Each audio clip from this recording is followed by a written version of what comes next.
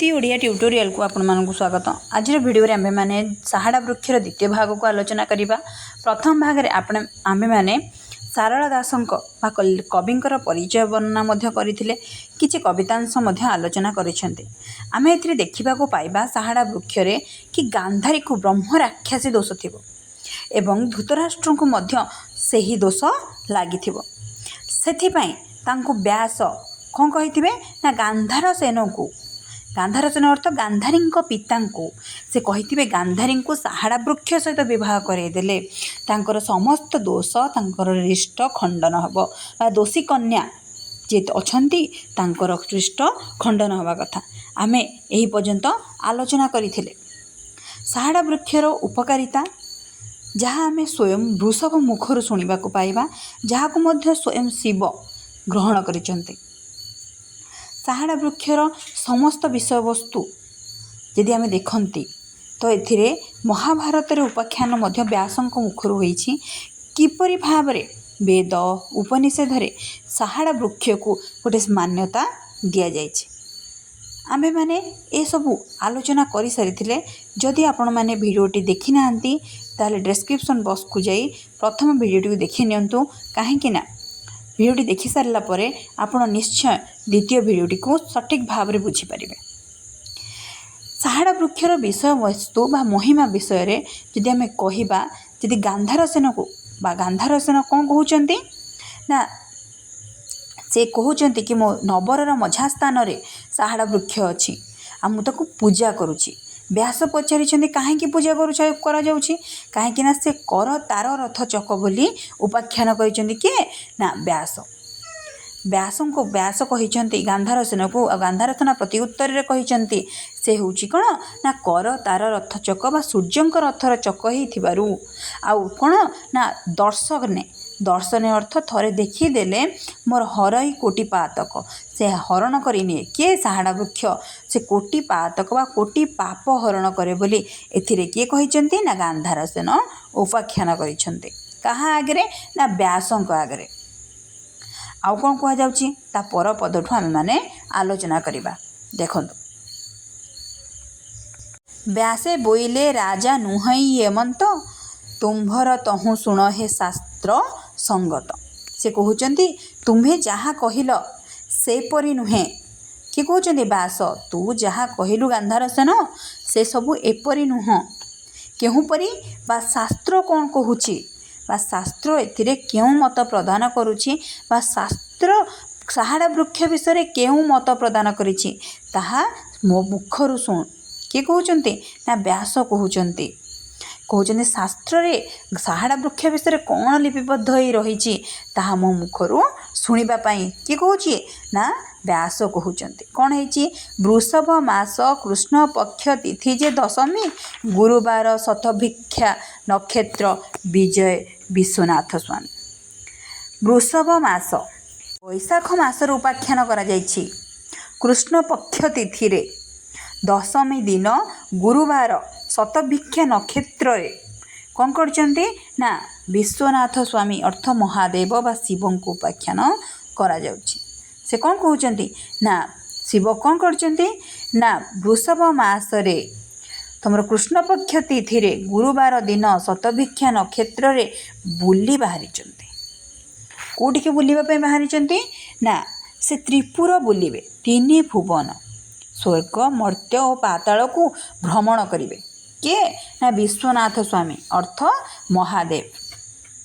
आ मध्य कहउचंती कौन ना से नक्षत्र बा तिथि कथा कह जाउची।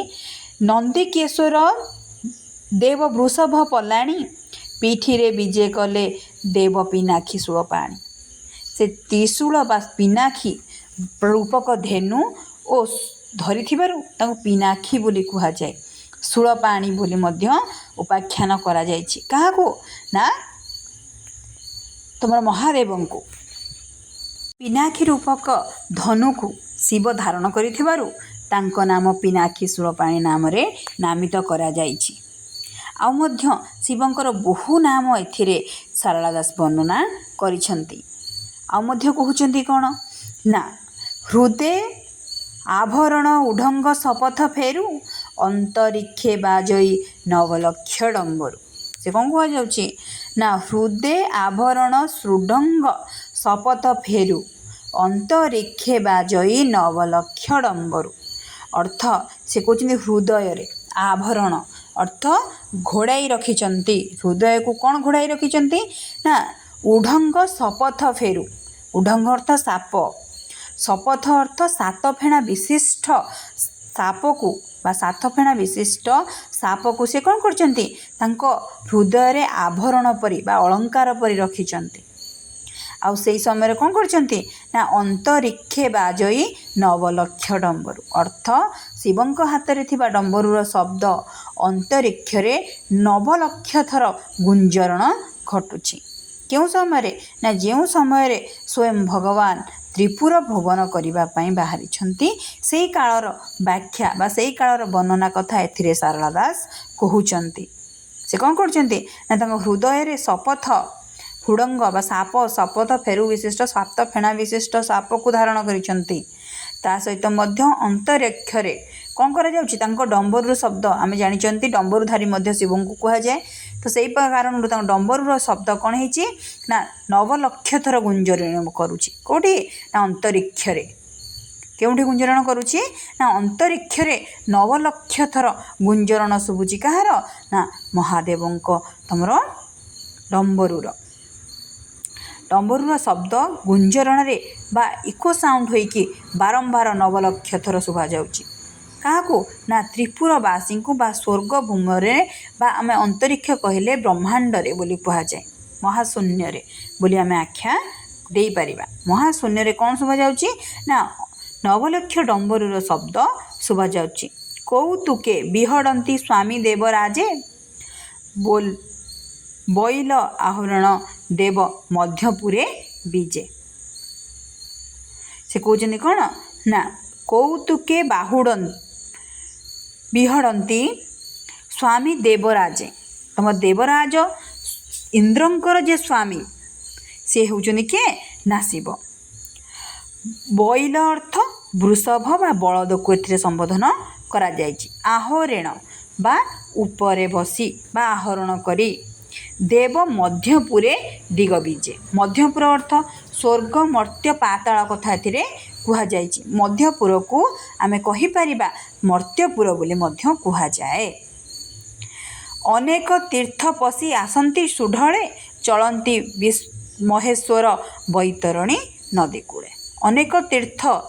ଅନେକ ତୀର୍ଥ ପଶି ଆସନ୍ତି ସୁଢ଼ଳେ। ସେ ବହୁତ ତୀର୍ଥ ସ୍ଥାନ ବୈଲ ପିଠିରେ ବସିକି ବୁଲିକି ଆସି ସାରିଲେଣି କିଏ ମହାଦେବ। ଆସିଲା ପରେ କ'ଣ କରୁଛନ୍ତି ନା ଚଳନ୍ତି ମହେଶ୍ୱର କିଏ ନା ଶିବ। ଚଳନ୍ତି ମହେଶ୍ୱର ବୈତରଣୀ ନଦୀ କୂଳେ। ଏବେ ଏହି ସମୟରେ ସେ କେଉଁଠି ବୁଲୁଛନ୍ତି ନା ବୈତରଣୀ ନଦୀ କୂଳରେ ବୈଲ ପିଠିରେ ବସିକି ବୁଲୁଛନ୍ତି।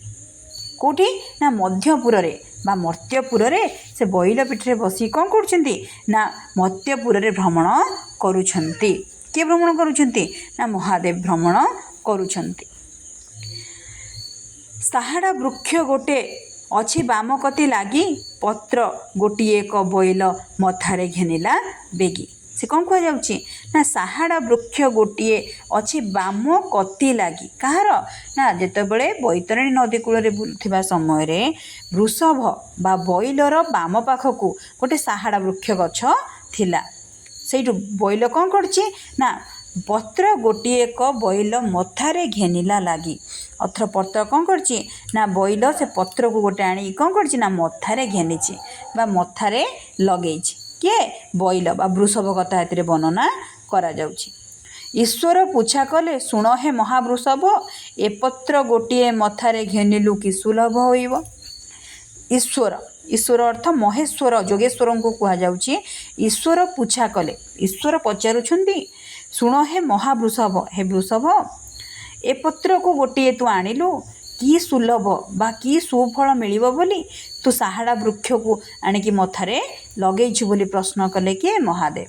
କାହାକୁ ନା ବୃଷଭକୁ ପ୍ରଶ୍ନ କରୁଛନ୍ତି କି ସୁଲଭ ବା କି ସୁଫଳ ମିଳିବ ତୁ ଏଇ ବୃକ୍ଷର ଗୋଟେ ପତ୍ରକୁ ମଥାରେ ଆଣିଛୁ ବା ମଥାରେ ଆଣିକି ଲଗେଇଛୁ ବୋଲି ପ୍ରଶ୍ନ କଲେ କିଏ ବୃଷଭକୁ ପ୍ରଶ୍ନ କରିଛନ୍ତି ମହାଦେବ। ସ୍ୱୟଂ ଭକ୍ତକୁ ପଚାରୁଛନ୍ତି ଭଗବାନ ସ୍ୱୟଂ ମୁଁ ତୋ ପିଠିରେ ବିରାଜମାନ ତଥାପି ତୁ କ'ଣ କରୁଛୁ ନା ଗୋଟେ ସାମାନ୍ୟ ପତ୍ରକୁ ଆଣିକି ମଥାରେ ଲଗାଉଛୁ କି ସୁଲଭ ମିଳିବ ବୋଲି ପଚାରିଛନ୍ତି। ବୃଷଭ ବୋଇଲା ଦେବ ବାମେ ଯେବେ ସାହାଡ଼ା ବୃକ୍ଷ ତାଇ ପତ୍ର ଗୋଟିଏ ଶିରେ ଘେନିଲେ ଅମୃତ ଯୋଗାଳ ପାଇ। କି କହୁଛନ୍ତି ନା ବୃଷଭ କହୁଛି ବୃଷଭ ବୋଇଲା ଦେବ ବାମେ ଯେବେ ସାହାଡ଼ା ବୃକ୍ଷ ଥାଇ।